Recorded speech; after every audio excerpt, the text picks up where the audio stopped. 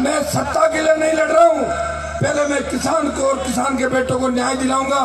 नागौर की धरती से हुंकार भरी, किसानों का संपूर्ण 82,000 करोड़ का कर्जा माफ हो, मुफ्त बिजली राजस्थान के किसानों को मिले, 4 लाख खाली पद भरे जाए, 10,000 रुपए बेरोजगारी भत्ता, प्रत्येक खेत को सिंचाई का पानी, टोल मुक्त राजस्थान हो और राजस्थान को विशेष राज्य का दर्जा मिले। इस बात की हुंकार शिवसर के विधायक ने नागौर की धरती से भरी। तब 5 लाख जवान किसान आशीर्वाद देने आए और उसके बाद दूसरा रेला बाड़मेर की धरती पे हुआ। दिल्ली की सियासत हिल गई, 5 लाख की संख्या 7 लाख में पहुंच गई और दिल्ली के कान खड़े हो गए। पाकिस्तान भी डर गया, कितने सारे किसान के बेटे कहीं हमला नहीं कर दे पाकिस्तान पे। बाड़मेर की धरती की हुंकार से पाकिस्तान को भी डर लगा। उसके बाद बीकानेर और सीकर के अंदर और 29 अक्टूबर को जयपुर की धरती पे 10 लाख लोग जयपुर के अंदर कूच करके आए, हुंकार भरी। और आपके भाई ने जिस तरह वीर तेजाजी महाराज ने गाय की रक्षा के खातिर अपने प्राण न्यौछावर दिए किए और बोला मैं गौ माता की रक्षा करूंगा, अपना वचन निभाऊंगा। हनुमान बेनीवाल भाइयों के कहने से नई पार्टी का गठन करके जयपुर की धरती से इसका ऐलान किया था। मैंने मेरा वचन निभाया। अगर मैं चाहता तो गहलोत वसुंधरा की सैंडल चप्पल उठा के 15 साल पहले राजस्थान सरकार के अंदर कैबिनेट का मंत्री होता। मैंने कहा मैं मंत्री नहीं बनूंगा जब तक मेरे किसानों को, मेरे भाइयों को, दलित मुसलमानों को सत्ता के अंदर भागीदारी नहीं मिलेगी, जब तक गरीब की आंखों में आंसू होगा। हनुमान बेनीवाल मंत्री नहीं बनेगा, संतरी बन के आपकी सेवा करेगा जब तक धरती पुत्र मुख्यमंत्री नहीं बन जाता राजस्थान के अंदर। मैं बहुत जिद्दी हूँ, लेकिन बाड़मेर वाले मेरे से भी ज्यादा जिद्दी है। अगर आपकी इच्छा हो जाती है कि रात को जागरण में बुलाना है तो भी मुझे बुला लेते हो। और मैं हमेशा कहता हूँ कि मुझे नई ऊर्जा अगर इस सामंती सरकार से लड़ते हुए मिली तो बाड़मेर जिले से सबसे बड़ी ऊर्जा मिली। और इस सामंती वसुंधरा को अगर टेलर किसी ने दिखाया तो बाड़मेर के किसान के बेटों ने वसुंधरा को हवा हवाई करवा दिया। एक बार नहीं, कई बार हवा के अंदर उड़ाया।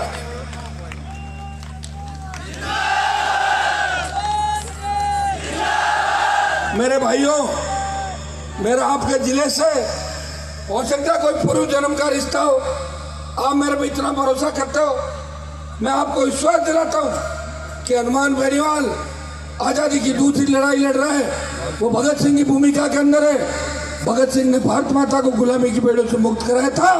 मैं इस राजस्थान से कांग्रेस और भारतीय जनता पार्टी की गंदगी को साफ कर दूंगा राजस्थान से, इतना भरोसा मैं आपको दिलाता हूँ।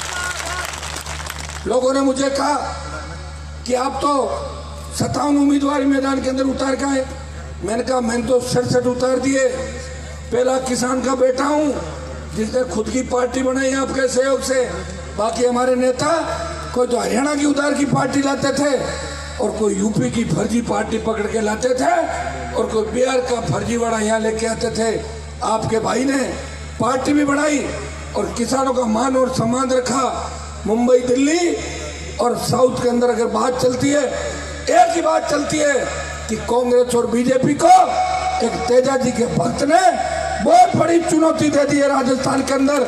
और 57 सीटों पे में से 40 सीटों पे हमारे उम्मीदवार मजबूत स्थिति के अंदर है। और शिव के अंदर मेरे भाइयों, उदाराम जी में एक बार चुनाव नहीं लड़ रहे हैं, हनुमान बेनीवाल खुद शिव के अंदर चुनाव लड़ रहा है, खुद बाइतू के अंदर चुनाव लड़ रहा है, खुद सिवाना के अंदर चुनाव लड़ रहा है, खुद चौटन के अंदर चुनाव लड़ रहा है, खुद पचपदरा के अंदर चुनाव लड़ रहा है। नागौर की 5 सीटें, बाड़मेर की 5 सीटें और जोधपुर की 5 सीटें। अगर यहाँ आप मजबूती नहीं दोगे तो राजस्थान के अंदर आपका सपना अधूरा रह जाएगा। मेरे तो कोई फर्क नहीं पड़ेगा, 44 साल का हुआ हूँ, 5 साल और लड़ लूंगा जब तक आरएलपी का राज नहीं आएगा। अब मैं किसी की गोद के अंदर जाके नहीं बैठूंगा। पहले तो झंडे और चिन्ह का इंतजार था, अब झंडा भी मिल गया और चिन्ह भी मिल गया। ये वो बोतल है जो बच्चा स्कूल लेकर जाता है पीने के पानी की बोतल है, ये वसुंधरा वाली दारू की बोतल नहीं है। ये वो बोतल है जब मेहमान कोई घर पे आता है तो बोतल का पानी आप पिलाते हो, वो इसलिए कि बोतल का जल शुद्ध होता है। 70 साल के अंदर सरकारें हमें पीने का शुद्ध पेयजल की व्यवस्था भी नहीं करा पाई। सरकारों की सोच ठीक होती तो रिफाइनरी 10 साल इस तरह नहीं अटकती, लाखों लोगों को रोजगार मिलता। और बाड़मेर के अंदर जो तेल का रेवेन्यू मिलता है, लेकिन कोयले का रेवेन्यू मिलता है, गैस का रेवेन्यू मिलता है, वो बाड़मेर के जिले पे खर्च होता। लेकिन आपका नेता बेईमान है, वो कोई तो कैन एनर्जी के अंदर ठेका लेता है और कोई कहीं पे जाके मुनीमगिरी करता है। वो खुद का घर तो बढ़ा रहे हैं लेकिन किसान की चिंता कोई नहीं कर रहा। बायतू के अंदर लोगों ने कहा था कि हनुमान जी आप बायतू से फार्म भर दो। मैंने कहा मैं कहीं अतिक्रमण नहीं करता। हनुमान खींवसर का विधायक है, खींवसर की जनता ने विकट परिस्थितियों के अंदर मुझे जिता के राजस्थान की विधानसभा के अंदर भेजा था। मैं बायतू में नया नेता तैयार करूंगा। मैंने 15 दिन इंतजार किया, सारे लोग मंच पे बैठे हैं। मैंने कोशिश की कि कोई बायतू से मजबूत आदमी आए। पहले कर्नल सोनाराम जी का बेटा मेरे से बात कर रहा था। मेरी बड़ी इच्छा थी कि उसको बायतू से रालोपा से चुनाव लड़ाऊं, लेकिन एन वक्त पे मामला फिसल गया। और दूसरा मामला सब लोग मेरे भाई इकट्ठे होकर लाए और मैंने बढ़िया प्रत्याशी जैसा आपने तय किया था, मैंने कोई प्रत्याशी तय नहीं किया। और भाइयों एक बात बता दूं, अगर हमारा कितना ही बड़ा कोई हितैषी है और वो वसुंधरा और गहलोत की जय बोलता है, इसका मतलब समझ लो उसके मन के अंदर पाप है, वो आपका हितैषी नहीं हो सकता। हनुमान बेनीवाल जयकारा सिर्फ किसान का करता है, वीर तेजा जी का करता है और राम सफीर का जयकारा करता है। मेरी चुनाव की सभाओं के बाद शिव विधानसभा क्षेत्र के अंदर कांग्रेस और भारतीय जनता पार्टी भी सोनाराम जी को भेजेगी, हेमाराम जी आएंगे।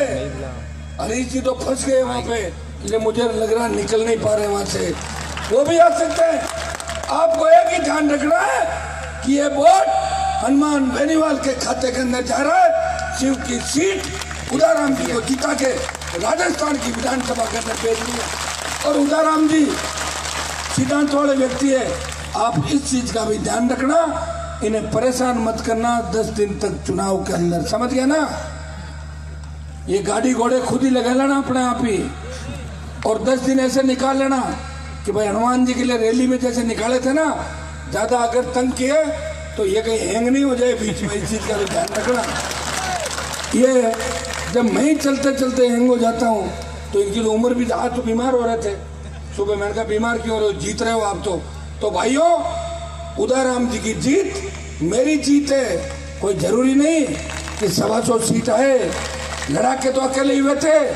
भगत सिंह तात्या टोपे ने ऐसा बिगुल बजाया, अंग्रेज भाग गए। हनुमान वो लड़ाका है जो राजस्थान का इतिहास लिखेगा। इस बार 67 पे लड़े, पार्लियामेंट के चुनाव के अंदर 25 पे लड़ेंगे, प्रधान प्रमुख का चुनाव लड़ेंगे। झंडा मिल गया, चिन्ह मिल गया और ये बोतल का चिन्ह मिल गया।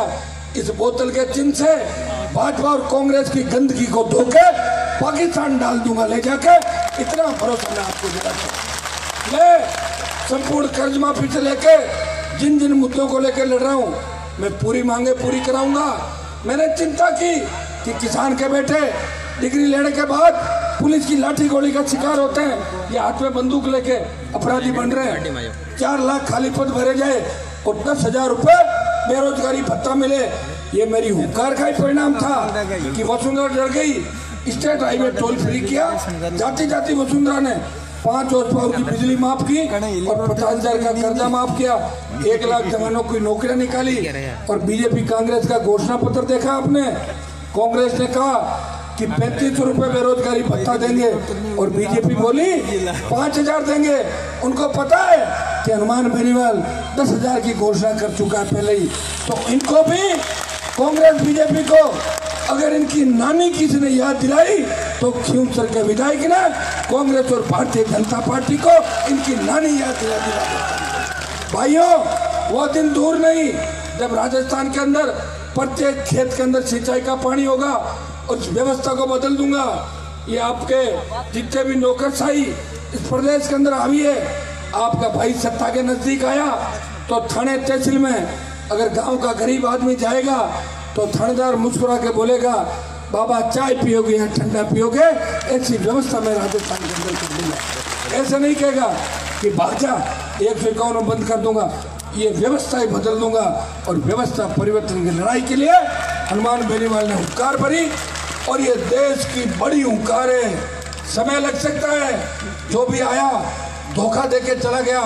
चौधरी चरण सिंह का पोता मेरी रैली के अंदर आया और 2 टिकट का सौदा करके 9 करोड़ रुपए लेके कांग्रेस की तरफ भाग गया। तो या तो एक से एक बड़े धोखेबाज मिलते हैं भाई, पता ही नहीं चलता कि कब कौन सा धोखेबाज साइड से निकल जाए।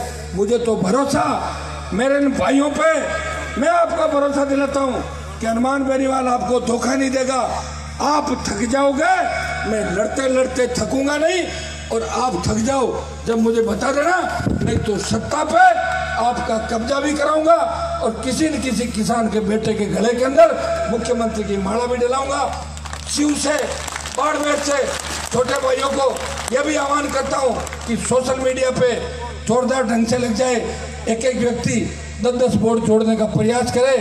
57 में से 40 में मजबूत हैं, कोशिश कर लो कि 40 में से ज़्यादा सीटें जीते।